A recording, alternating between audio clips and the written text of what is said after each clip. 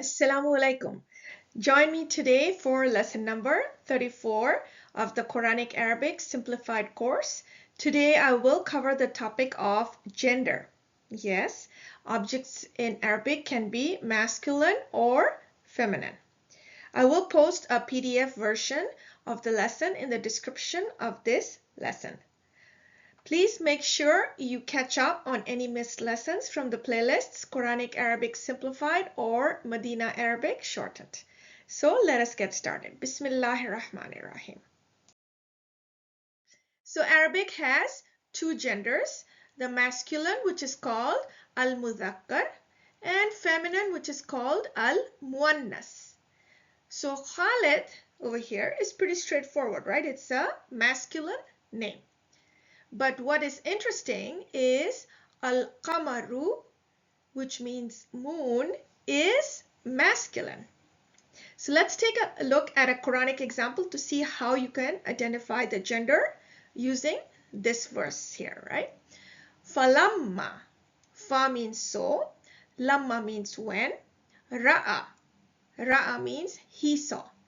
Who saw? Ibrahim alayhi salam saw. So Ibrahim is the subject of this verb, ra'a, which means to see, right? He saw. So what did he see? When he saw al-qamara, right? When he saw the moon, okay? Bazigan, which means rising. Qala, he said, Ibrahim said, Hada Rabbi, right?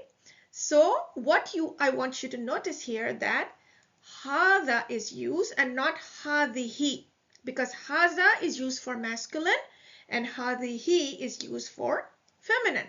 So here you can tell because al-qamar is masculine, that's why the Quran uses Hada here, referring to the qamar, referring to the moon. So he thinks the moon is his Rabb in the beginning. So he says, Hada Rabbi, my Lord. A lot of times, not always, there will be a mark of the feminine gender with a ta marbuta at the end. So a ta marbuta is the round ta with the two dots on the top, like this. Okay. So for example, in this case, mudarrisun means teacher, masculine teacher. And if you add the ta marbuta at the end, it is mudarrisatun. Okay, so in this case, the ta marbuta at the end is referring to a lady teacher.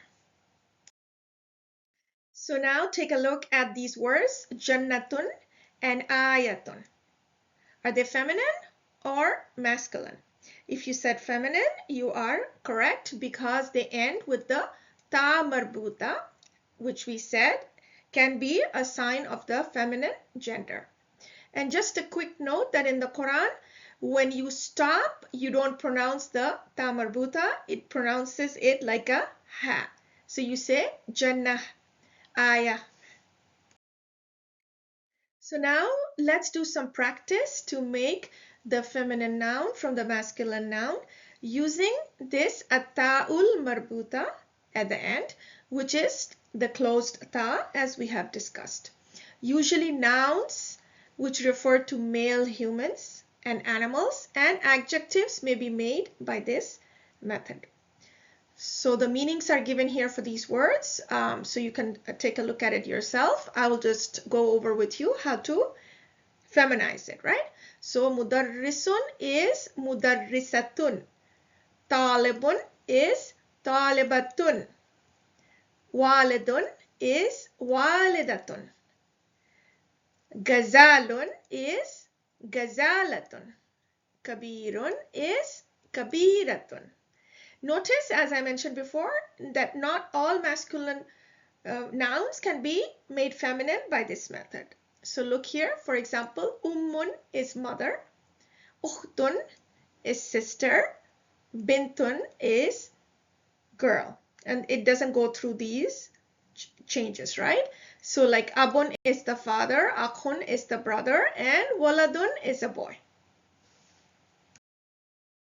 So here's a good list of vocabulary for you to know because they all show up in the Quran. So the parts of the body which are 2 in number, like in pairs, for example, our eyes, our ears, hands, legs, they're all feminine, though they do not end with the ta marbuta. But if they are a pair, they are feminine. So look here, for example, yadun, ainun, rijlun, udunun, right?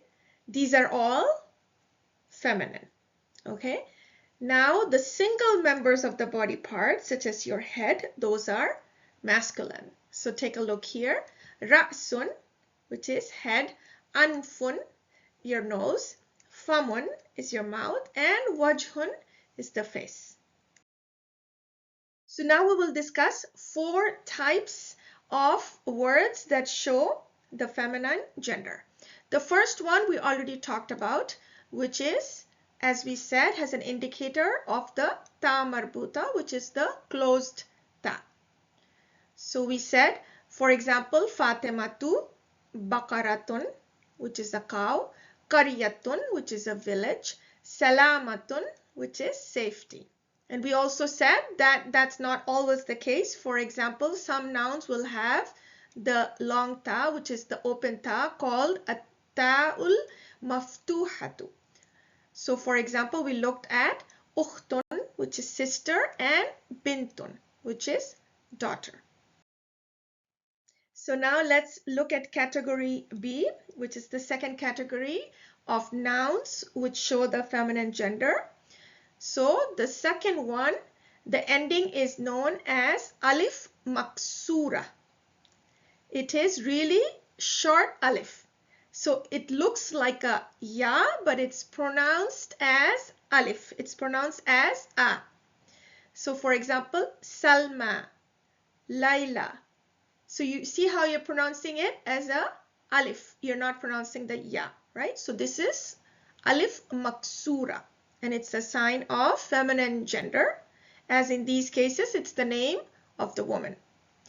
So, sugra, which means smaller, kubra, which means greater. So now let's look at the third category, C. The third feminine ending is called alif mamduda, and this is pronounced as the long alif, which is really an hamza preceded by an alif. See here, there is a hamza and before it is an alif. So, asma'u, name of a woman. So, again, this is a mark of a feminine gender here. Okay, this is called alif mamduda. So, amya'u is a blind woman and hasna'u is a beautiful woman. So, the fourth category of nouns, which is D, are just those words that don't really have a marker of feminine ending like we have seen in A, B, and C. So these are feminine groups and they can be classified in the following categories. So the first one is the names of women. They're obviously feminine, right? Even though they don't have a marker of a ta marbuta at the end. For example, Maryam, right? That is female. Even though it doesn't end with the ta marbuta, we know that is feminine. And we talked about just female words. Those are also feminine. They don't have to end with a ta marbuta. For example, ummun is mother. And then arusun, which is a bride. And we also talked about three, which is the parts of the body that are double, that are in pairs. And we've looked at this before. For example, ainun, I is feminine. And names of towns and countries are usually feminine. For example, Misr is Egypt, right? That's feminine. And then some everyday words that also are feminine. And you just have to know them, right? There's no specific rules tied to them. And there are certain examples given here. For example, these words are feminine, like darun, which is house, narun, fire, rihun, which is wind, sama'un, sky, shamsun, sun, harbun, war, ardun is earth, nafsun is soul, and tariqun is path. So if they don't fall into this category that we've discussed, then they're generally masculine words. So now let's summarize what we have learned. The following feminine words generally end with a sign. The first one is it ends with a ta marbuta. For example, bal hiya fitnatun. It means rather it is a trial. So bal means rather, and hiya is the pronoun meaning it. And why is it feminine? Why is hiya used? Because fitnatun is feminine. As you can see, it ends with a ta marbuta. Another example, showing a portion of the verse. هذه الحياة الدنيا.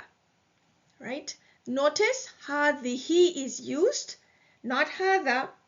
هذه is this, but it's feminine. Because hayata is feminine, right? It ends with a ta marbuta, which means this life, okay? And ad-dunya is an adjective describing the life, worldly life. So the adjective is also feminine because it's describing the life. And you can see dunya is feminine because it ends with a alif maksura. And then we talked about alif maksura at the end, which is a short alif. When there is a ya with no dots, it's pronounced as a short alif. So note here that the root is lail here, right? But this alif maksura is added extra on top of the root word to mark it as a feminine. So it's laila. Same here with the alif mamduda at the end, which is hamza preceded by alif. So again, Hassan is the root word, right? But the hamza and the alif are added. Those are extra to make them feminine. So hasna'u, this is feminine. And we look at this Quranic verse here. Hopefully you can try this on your own to identify the feminine or masculine words in it. So, Allahu la ilaha illa huwa. So, Allahu, la means no, ilaha, there's no God or there's no deity, except, illa, except huwa, except him. Huwa is a pronoun. Lahu, so you've studied the preposition li before with me in prior lessons. So here it is, lahu. So belonging to him, belonging to Allah. Al-asma'ul husna. So again, al-asma'u is feminine, right? It is names. It's feminine because it ends with the alif mamduda. And al-husna is the adjective describing the names. And again, I hope you said that's feminine because it ends with alif maksura. If you are regular with watching the 2 or 3 short videos that I post per week, you will succeed in mastering Quranic Arabic, inshaAllah. If this video benefited you, please do like, subscribe, comment, and keep watching these short videos. سبحانك وبحمدك لا إله إلا أنت أستغفرك وأتوب إليك. السلام عليكم ورحمة الله وبركاته.